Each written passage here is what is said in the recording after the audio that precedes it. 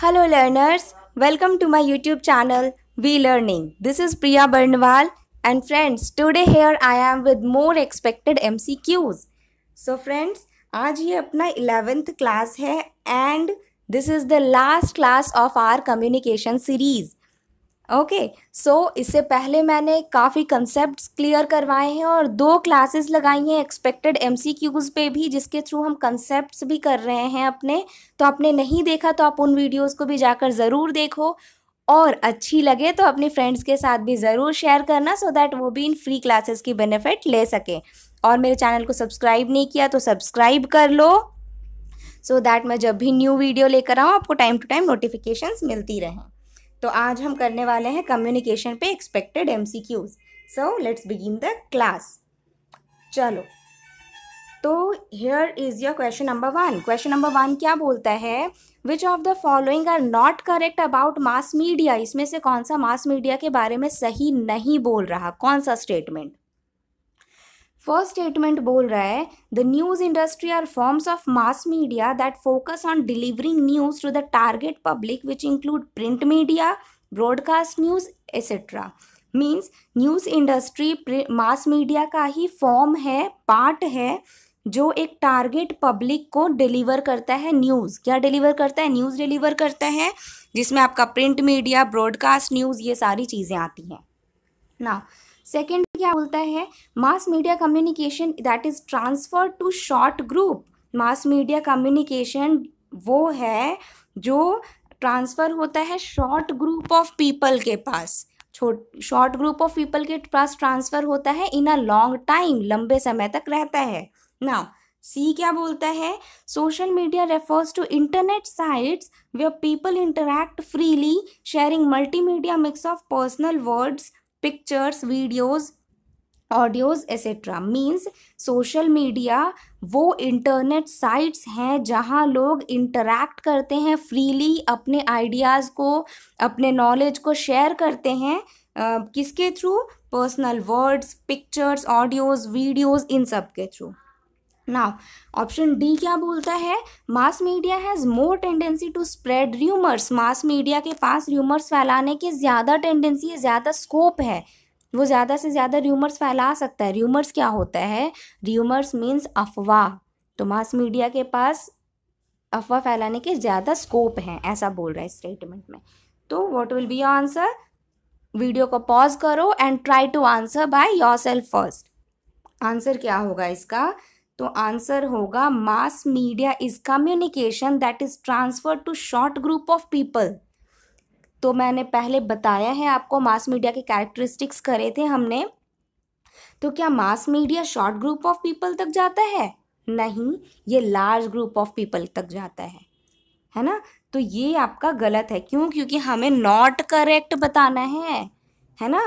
तो ये आपका शॉर्ट ग्रुप ऑफ पीपल वाला क्वेश्चन ऑप्शन गलत है। तो आंसर होगा आपका बी। बी इज योर, एक second, B is your answer. Okay, चलो नेक्स्ट क्वेश्चन पे चलते हैं। नेक्स्ट क्वेश्चन क्या बोलता है? असर्शन रीजनिंग का क्वेश्चन है ये। असर्शन बोल रहा है for an effective communication there must be compatibility between both verbal and non verbal cues. एक इफेक्टिव कम्युनिकेशन होने के लिए verbal and non verbal cues का कंपैटिबल होना ज़रूरी है। मीन्स दोनों को साथ साथ चलना ज़रूरी है। ओके, नाउ रीजन क्या बोल रहा है? Verbal communication conveys a message consisting of words. Verbal communication convey करता है मैसेज को वर्ड्स के थ्रू। अब आपका ऑप्शन क्या है? Both correct, are is not the correct explanation of A. Both correct, are is the correct explanation of A. A is true but R is false, या A is false but R is true. What will be your answer?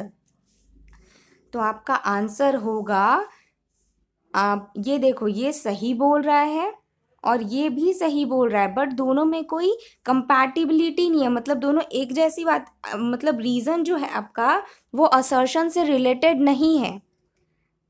क्या इसीलिए verbal और non verbal cues मिलने चाहिए क्योंकि verbal communication में words होता है? नहीं ना। तो ये रीज़न गलत है। तो both correct but R is not the correct explanation of A. दोनों करेक्ट हैं, बट जो आपका आर है वो करेक्ट एक्सप्लेनेशन नहीं है ए का। ये होगा आपका आंसर। चलो नेक्स्ट क्वेश्चन पे चलते हैं। नेक्स्ट क्वेश्चन क्या बोलता है, a data transmission method that allows the sender to transmit data regardless of the receivers availability.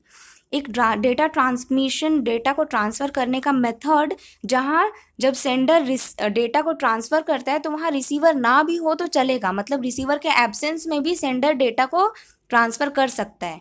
तो ऐसे केस को क्या बोलते हैं? Synchronous transmission, asynchronous transmission, point transmission या नो ट्रांसमिशन ऑफ डेटा, क्या बोलते हैं? तो देखो, मुझे आपको सिंक्रोनस असिंक्रोनस का कंसेप्ट समझाना था, इसलिए मैं ये लेकर आई हूँ। अगर आपको आता है आंसर तो पॉज करो और आंसर ये क्वेश्चन करने की कोशिश करो। वैसे इसका आंसर क्या होगा? तो इसका आंसर होगा आपका असिंक्रोनस ट्रांसमिशन। क्यों? क्योंकि असिंक्रोनस ट्रांसमिशन का मतलब होता है जब सेंडर और रिसीवर दोनों एक साथ प्रेजेंट नहीं है। जब रिसीवर ने सेंडर को मैसेज भेजा तो जब सेंडर ने रिसीवर को मैसेज भेजा तो जो रिसीवर है वो उसी टाइम पे प्रेजेंट नहीं है। लाइक आप अगर रात में मैसेज करते हो और रिसीवर जो है वो सुबह रिसीव कर रहा है तो वो असिंक्रोनस ट्रांसमिशन हो जाता है। ओके, साथ में नहीं चल रही है बात। अब सिंक्रोनस ट्रांसमिशन क्या होता है? तो सिंक्रोनस ट्रांसमिशन मीन्स जब सिंक है, लिंक है दोनों, मतलब साथ साथ चल रहे हैं दोनों। जब सेंडर मैसेज भेजता है तभी रिसीवर रिसीव भी कर रहा है। ओके, लाइक आप देखो, जब हमारी लाइव क्लासेस लगती हैं, अगर मैं लाइव क्लासेस लूँ आपकी, तो लाइव में क्या होगा, मैं जब बोल रही हूँ आप भी मेरे से रिप्लाई कर रहे हो, मुझसे डाउट्स पूछ रहे हो, साथ साथ चल रहा है दोनों, है ना। बट असिंक्रोनस में क्या होता है, मैंने अगर अपलोड करी वीडियो और आप फिर बाद में मुझसे कमेंट पे पूछते हो इसका क्या होगा आंसर और इसका आंसर ये क्यों हुआ, तो वो असिंक्रोनस ट्रांसमिशन होगा। आई होप अब आपको असिंक्रोनस सिंक्रोनस का कंसेप्ट क्लियर हो गया हो। तो आंसर क्या है आपका यहाँ पे? Asynchronous transmission. ना नेक्स्ट क्वेश्चन क्या बोलता है, अब हम थोड़ा और अच्छे से इस सिंक्रोनस असिंक्रोनस को समझेंगे, ठीक है। तो real time streaming media like telephone, video conferencing, chat room are example of.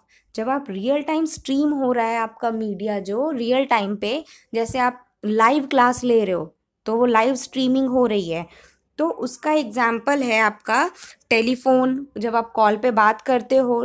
Okay, हाँ, तो सेंडर और रिसीवर दोनों साथ साथ चल रहे हैं, दोनों ही प्रेजेंट है। वीडियो कॉन्फ्रेंस में भी दोनों प्रेजेंट होते हैं, चैट रूम में भी। तो ये किसका एग्जाम्पल है? Asynchronous media transmission, call transmission या सिंक्रोनस ट्रांसमिशन? तो आंसर क्या होगा? आंसर होगा आपका डी, सिंक्रोनस ट्रांसमिशन। दोनों साथ साथ चल रहे हैं, सेंडर और रिसीवर। ओके, चलो नाउ नेक्स्ट क्वेश्चन क्या बोलता है? असर्शन रीजनिंग का क्वेश्चन है। नेक्स्ट क्वेश्चन बोलता है, in this digital era students find more interested in growing their knowledge and enjoy active learning through internet. इस डिजिटल एरा में स्टूडेंट्स ज़्यादा इंटरेस्टेड है, ज़्यादा इंटरेस्ट लेकर के ज़्यादा अच्छे से नॉलेज गेन करते हैं और लर्निंग को एक्टिवली इंजॉय करते हैं इंटरनेट के थ्रू। ओके, नाउ रीजन क्या बोलता है? Digital learning is much more interactive and memorable then traditional education method. Digital learning जो है आपका, इंटरनेट के थ्रू जो आप पढ़ रहे हो, तो वो ज़्यादा इंटरैक्टिव और ज़्यादा मेमोरेबल, ज़्यादा याद रहता है हमें in comparison with the traditional method. अब ट्रेडिशनल एजुकेशन मेथड कैसा था? जैसे हमने भी बचपन में पढ़ा है ना, वो मोटी मोटी बुक्स, है ना, वो बुक से पढ़ना या फिर वन साइडेड लेक्चर पढ़ रहा है, चल रहा है, टीचर सामने से बोल रहा है, आप बोल ही नहीं पा रहे हो, अगर आप इंटरैक्ट नहीं कर पा रहे हो, तो ये सारी चीज़ें आ गई ट्रेडिशनल मेथड में।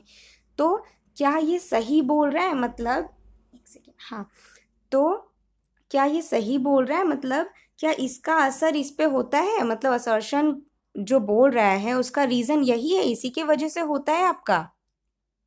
तो हाँ, रीज़न सही है। अब हम जो नॉलेज गेन कर रहे हैं इंटरनेट के थ्रू, वो ज़्यादा इंटरैक्टिव और ज़्यादा मेमोरेबल होता है। क्यों?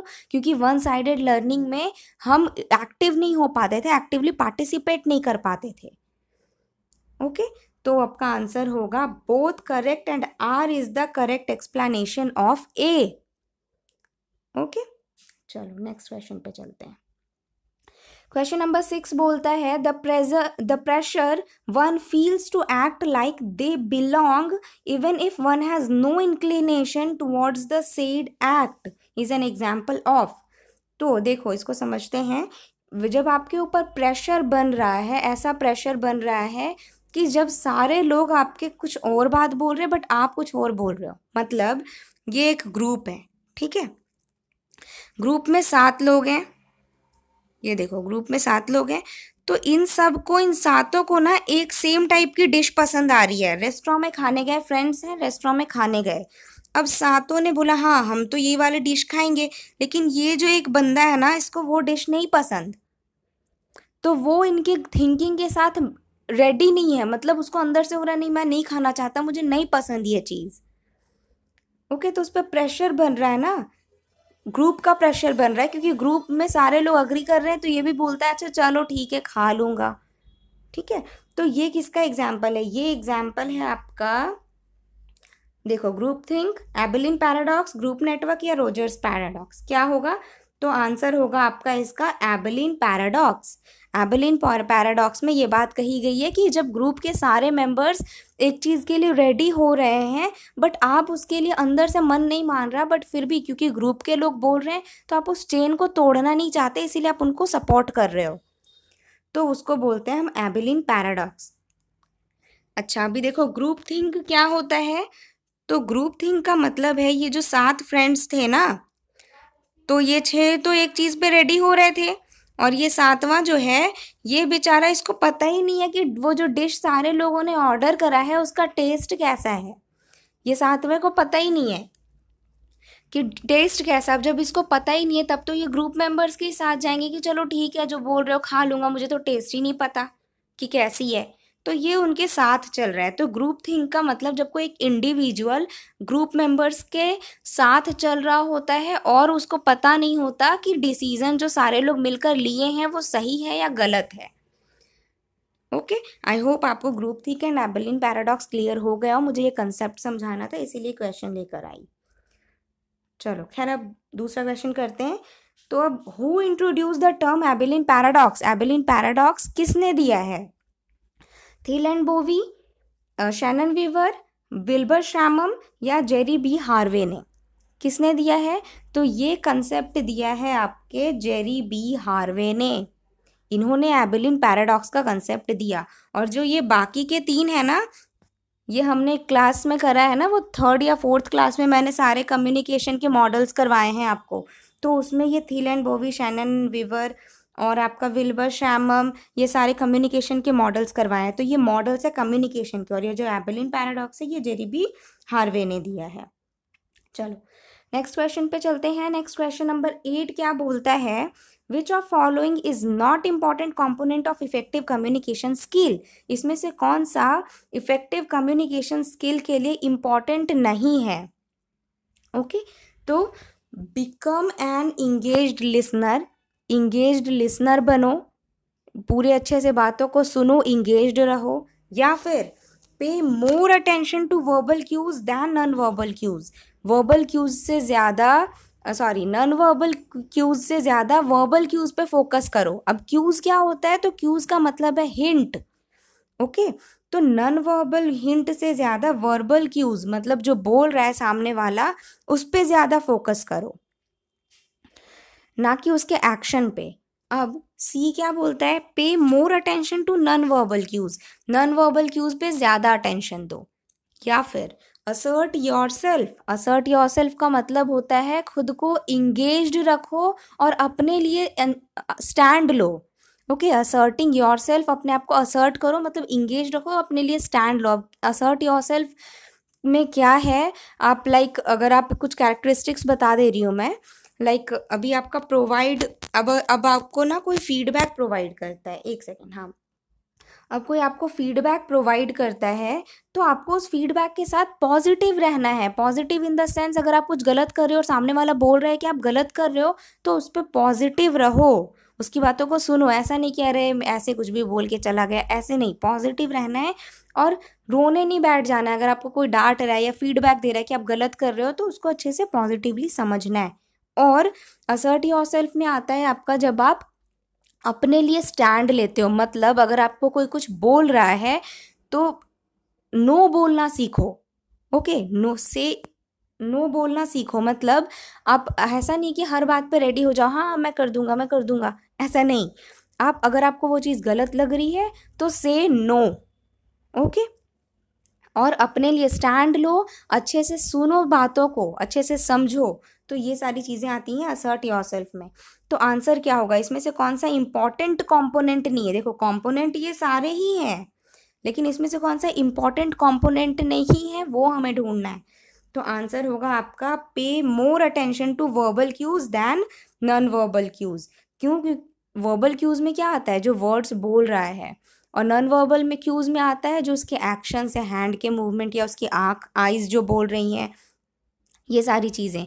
तो देखो बोलने को तो इंसान कुछ भी बोल जाता है, लेकिन उसके जो एक्शंस हैं, उसके जो आइज बोल रहे हैं या उसके जो हैंड के मूवमेंट्स बोल रहे हैं, बॉडी स्ट्रक्चर बोल रहा है, वो ज़्यादा एग्जैक्ट बात बता रहा होता है। ओके, तो ये गलत बोल रहा है, हमें वर्बल क्यूज़ पे ज़्यादा टेंशन नहीं देना है, हमें नॉन वर्बल क्यूज़ पे ज़्यादा टेंशन रखनी है। ओके, चलो नेक्स्ट क्वेश्चन करते हैं। नेक्स्ट क्वेश्चन क्या बोलता है, which of the following can fall into the scope of internet of things. इसमें से कौन सी चीज़ें इंटरनेट ऑफ थिंग्स में आती हैं? तो इंटरनेट ऑफ थिंग्स का कंसेप्ट मुझे समझाना है इसमें। तो इंटरनेट ऑफ थिंग्स क्या होती हैं, वो सारी चीज़ें, वो सारे थिंग्स, वो सारी चीज़ें जिसमें भी सेंसर यूज़ होता है, नेटवर्क यूज़ होता है, या आपका इंटरनेट यूज़ होता है।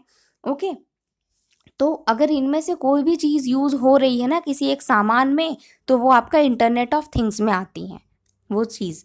ठीक है, अब जैसे देखो, अब आपका क्वेश्चन क्या बोलता है, कौन सी चीज़ें आ रही हैं इंटरनेट ऑफ थिंग्स में? तो लाइक आपका कार्स या रेफ्रिजरेटर, अलार्म क्लॉक या smart speaker, thermostats and vending machines. Amazon का वो एलेक्सा आता है ना, वो बोलता है जो, तो अमेजोन का एलेक्सा या फिर स्मार्ट वॉचेस, इसमें से कौन सी इंटरनेट ऑफ थिंग्स में आती हैं? तो आंसर होगा आपका A B C and D. ये सारी चीज़ें इंटरनेट ऑफ थिंग्स में आती हैं क्योंकि ये सारी डिजिटली ऑपरेट होती हैं, है ना। और इसमें सेंसर होता है। अब कार में कैसे, तो लाइक अब सेंसर का मतलब ये होता है, आपके पास वो रिमोट होता है ना हमारे पास, आप प्रेस करो फिर कार का डोर खुल जाता है ना। या फिर उसके पास आप वहाँ पे जाकर खड़े भी हो जाओ और आपका सेंस लेकर के रखा है तो भी खुल जाता है। फिर हमारा स्क्रीन टच वो फ़ोन में होता है तो वो भी सेंसर है। तो ये सारी चीज़ें, तो इंटरनेट ऑफ थिंग्स में ये सब आता है। ओके, नाउ नेक्स्ट क्वेश्चन क्या बोलता है, which of the following are necessary in making good and effective communication. अब सॉरी, ये एक्चुअली मिस्टेक है, which of the following are not necessary. इसमें से कौन सा इफेक्टिव एंड गुड कम्युनिकेशन के लिए ज़रूरी नहीं है? तो sincerity, troublesome words, shortness and strength या सिंप्लिसिटी। वीडियो को पॉज करो और खुद से आंसर करने की कोशिश करो। तो आंसर क्या होगा इसका, आंसर होगा ट्रबलसम वर्ड्स। क्यों ट्रबलसम वर्ड्स का मतलब, ट्रबलसम का मतलब होता है डिफिकल्ट। ओके, क्या मतलब होता है इसका, इसका मतलब होता है आपका डिफिकल्ट। तो क्या डिफिकल्ट वर्ड्स यूज़ करते हो आप तो इफेक्टिव कम्युनिकेशन होएगा। अब सामने वाले को आपकी बात ही नहीं समझ आ रही है, आप इतने हार्ड वर्ड यूज़ कर रहे हो, तो कैसे होगा इफेक्टिव कम्युनिकेशन, है ना।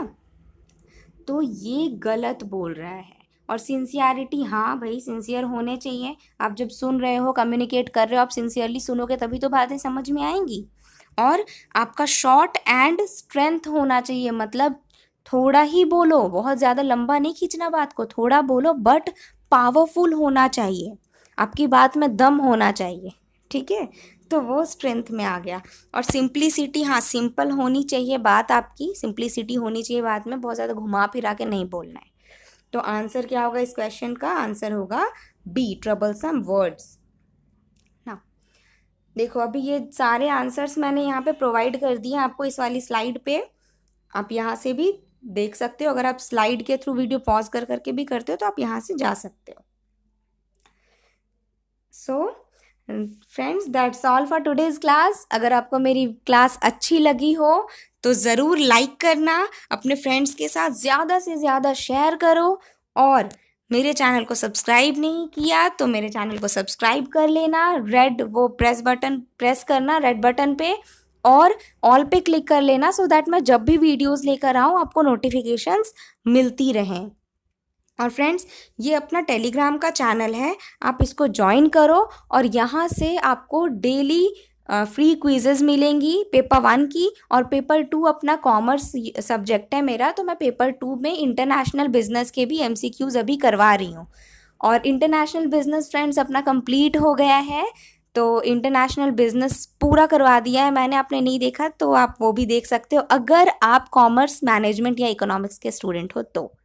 Okay, so that's all for today's class. Thank you. Have a nice day. Keep on learning. Bye bye.